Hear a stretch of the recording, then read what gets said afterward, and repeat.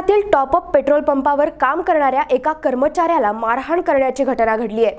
ही सगळी घटना पंपावरील सीसीटीव्ही मध्ये रेकॉर्ड झाली आहे।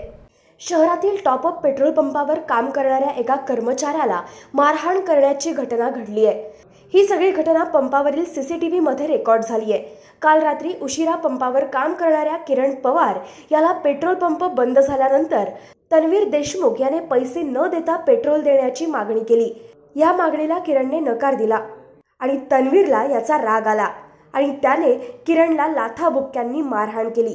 या अगोदर देखील अशाच प्रकरण या पेट्रोल पंपावर घडले आहेत। त्यामुळे पेट्रोल पंपावर काम करणाऱ्या कर्मचाऱ्यांमध्ये भीतीचे वातावरण झाले आहे।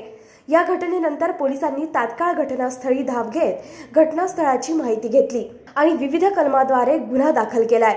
वारंवार अशा घटनांमुळे डीवायएसपी संदीप मिटके यांनी घटनास्थळी पाहणी करून आरोपीवर कडक कारवाईचे संकेत दिलेत। माझं नाव किरण पवार, मी टॉपअप सेंटरवर काम करतो।